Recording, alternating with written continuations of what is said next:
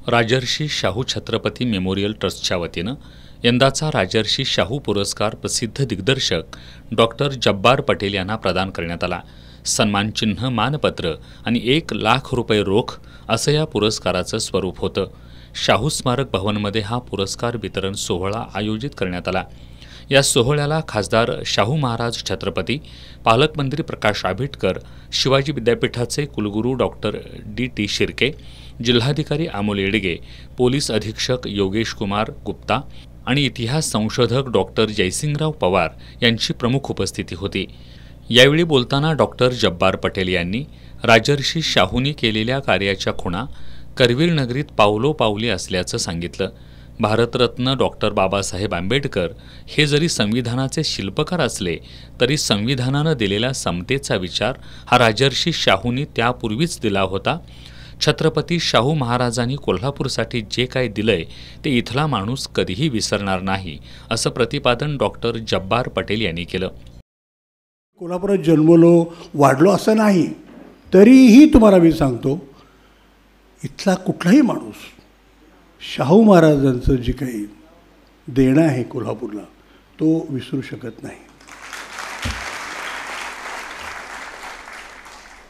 तुम्ही रस्ता क्रॉस करा, तुम्हाला असं दिसेल की इथे जागोजागी सगळ्या खुणा आहेत त्यांच्या, की हे का केलं गेलं आणि कशासाठी केलं गेलं।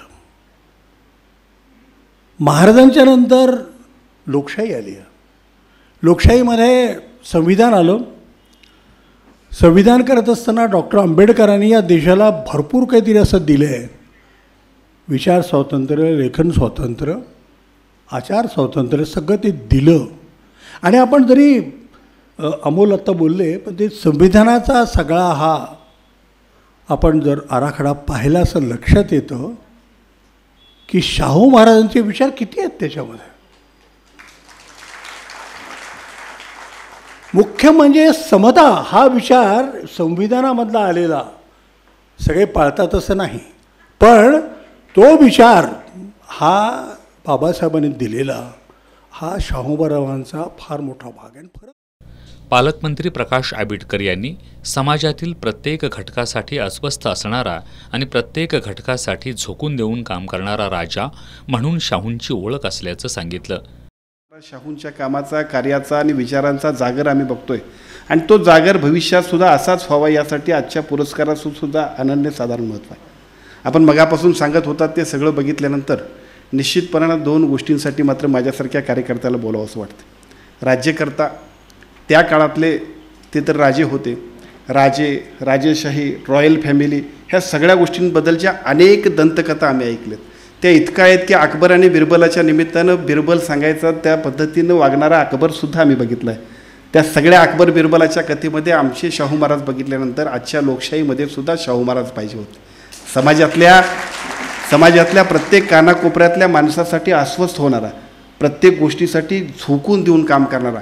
कधी खरं तर त्यावेळेला निवडणुकाही नव्हत्या, म्हणजे आम्ही आता जे करतोय त्याच्या पाठीमागे आमचा स्वार्थ असा असतो भोसलेसारखे आम्ही सगळेजण निवडणुकांसाठी सुद्धा करतोय, परंतु तो तर राजा होता, पण तो राजा असला तरी समाज सुधारक होता, सामाजिक कार्यकर्ता होता, क्रांतिकारी विचाराचा, परिवर्तनवादी विचाराचा, अशा पद्धतीचा एक वेगळा राजा।